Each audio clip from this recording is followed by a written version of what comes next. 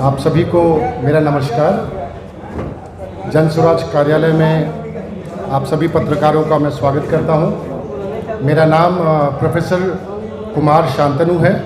मेरे साथी तारिक अनवर चंपारनी जी हैं और आज की इस प्रेस वार्ता जो कि जन स्वराज के कार्यालय में रखी गई है उसका जो थीम है वो है राहुल गांधी जी जो हमारे लीडर ऑफ अपोजिशन हैं और कांग्रेस के एक वरिष्ठ नेता हैं, उनका बिहार आगमन और उससे जुड़ी हुई बिहार की राजनीतिक गतिविधियाँ।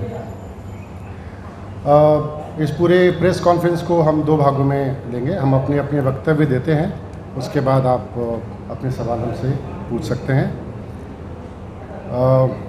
शुरुआत मैं खुद ही कर देता हूँ। पिछले 3 महीनों में 3 बार जब राहुल गांधी जी का पदार्पण बिहार की इस पवित्र भूमि पर हुआ तो मुझे लगा कि राहुल गांधी जी अपनी गलतियों की माफ़ी मांगने बिहार की जनता के पास आए हैं, लेकिन अपनी राजनीतिक करियर की तरह यहाँ पर भी वो मुझे फेल होते हुए नज़र आए।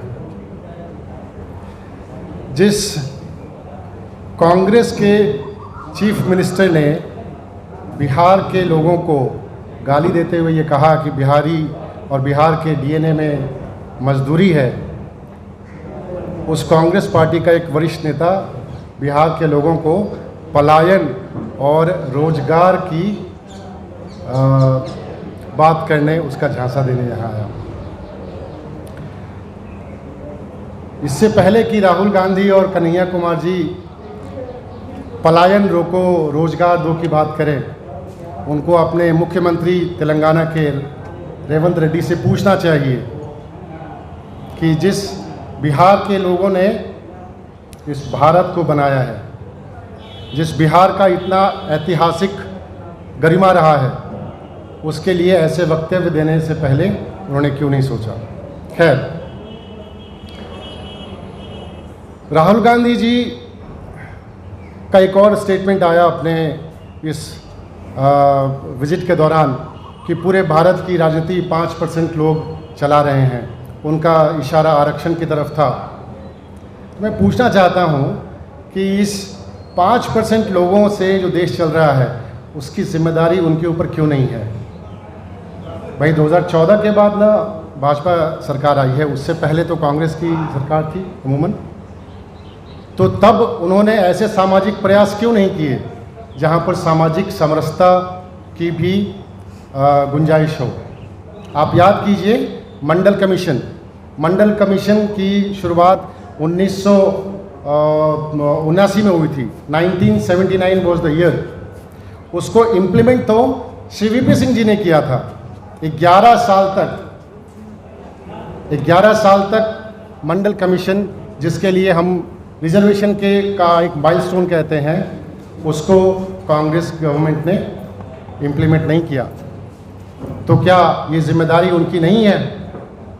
और किस आरक्षण की बात करते हैं। आरक्षण समाधान नहीं है, आरक्षण समरसता का एक रास्ता है। समरसता समाज के सभी वर्गों के अंदर। आप एक वर्ग को तुष्टीकरण करके दूसरे वर्ग की राजनीति करना चाहते हैं तो आप कैसे बीजेपी की राजनीति से पलट हैं। आप बात करते हैं रोजगार और पलायन की। बिहार में जब आपके महागठबंधन की सरकार थी, उससे पहले की आपकी सरकार थी, तो बिहार को मजदूरों की फैक्ट्री, पलायन का रास्ता बिहारियों को किसने दिखाया। जैसा कि हमारे साथी प्रोफेसर शांतनु बता रहे थे कि राहुल गांधी की यात्रा हुई है बिहार में, तो सबसे पहले हमें यह समझना होगा कि कन्हैया कुमार एक यात्रा लेकर निकले हैं, पलायन रोको यात्रा करके, पश्चिमी चंपारण के भितिहरवा से, जहां से जन स्वराज की भी पदयात्रा प्रशांत किशोर जी ने शुरू किया था। एक दिन में एक जिला वो कंप्लीट कर दे रहे हैं। क्योंकि मैं चंपारण का हूँ तो पश्चिमी चंपारण में उन्होंने 1 दिन दिया, पूर्वी चंपारण में 1 दिन दिया, यानी एक जिला में 1 दिन देकर वो पूरी पदयात्रा को कंप्लीट कर दे रहे हैं। लेकिन जन स्वराज की जो पदयात्रा है, अगर उसकी शुद्धता को आप देखेंगे तो उसी पूर्वी चंपारण में जहां 1 दिन में उन्होंने पदयात्रा कंप्लीट किया है, प्रशांत किशोर जी ने 57 दिन दिया था, और 57 दिन जब उन्होंने दिया तो आप समझेंगे कि एक एक पंचायत को प्रशांत जी एक एक गांव को घूमे थे। तो जब आम जन के बीच जाते हैं तो समस्याओं को समझने में ज़्यादा आसानी होती है, तुलना में कि आप एक ही दिन में एक शहर को, आप एक पूरे ज़िले को आप पद यात्रा करके या जिस तरीके से भी आप यात्रा करते हैं आप कंप्लीट कर देते हैं। तो ये यात्रा में, हमारी यात्रा में, जनसुराज की यात्रा में और जो कांग्रेस की यात्रा है उसमें फ़र्क है। अब रहा राहुल जी इधर पिछले 2-3 महीनों में 3 बार आ चुके हैं। कल बेगूसराय में थे। बेगूसराय में क्यों थे ये भी समझने की बात है।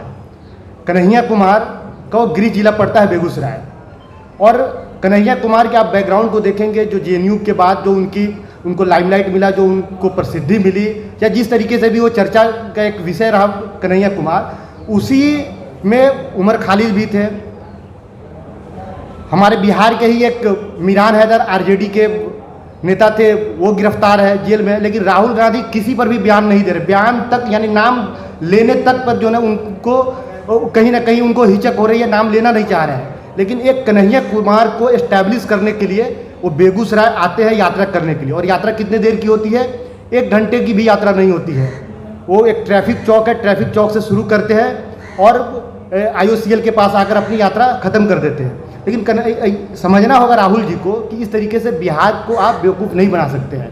बिहार की जो समस्या है बहुत ही विकराल रूप में है, और इसको समझने के लिए आपको गांव में जाना पड़ेगा, समाज में जाना पड़ेगा, कोसी के बेल्ट में जाना पड़ेगा, आपको सीमांचल के गांव में जाना पड़ेगा, आपको मगध और सासाराम की जो है पहाड़ियों की तरफ आपको जाना पड़ेगा, तब जाकर आप बिहार की समस्याओं को समझ सकते हैं। एक बात। दूसरी बात यह है कि जो पलायन उनका मुद्दा है उसको भी समझने की ज़रूरत है। जैसे कि हमारे साथी बता रहे थे कि जब उनको वक्त मिला, पिछले लगभग 30-35 सालों तक जगन्नाथ मिश्रा जब तक यहाँ के मुख्यमंत्री रहे तब तक तो कांग्रेस की ही सरकार रही यहाँ, फिर क्यों पलायन को लेकर जो है ना इतना ये लोग वावेला मचा रहे हैं? इन लोगों ने उस टाइम क्यों नहीं स्कूल, कॉलेज, हॉस्पिटल और कल कारखाने खोल दिए, रोजगार की व्यवस्था कर दिया? उसके बाद भी 2005 से लेकर 2014 तक केंद्र में उनकी सरकार रही। उस दरमियान भी अगर ये चाहते तो बिहार में कुछ बेहतर कर सकते थे, लेकिन इन्होंने नहीं किया। न तो रोजगार के क्षेत्र में इन्होंने कुछ किया, न कल कारखाना इन्होंने खोला, या स्मॉल स्केल इंडस्ट्रीज जो होते हैं उस पर भी इन्होंने कुछ काम नहीं किया। तो ये जो बार बार आकर श्री कृष्ण मेमोरियल हॉल में और अलग अलग कभी बापू सभागार में आकर जो ये बार बार ऐलान कर रहे हैं कि भाई पलायन को रोकने हम आए हैं, हमको लगता है कि जब आपको समय मिला तो आप नहीं किए। आज आपको पलायन इसलिए याद आ रहा है क्योंकि प्रशांत किशोर जी ने इसको एक बड़ा नैरेटिव सेट कर दिया बिहार में।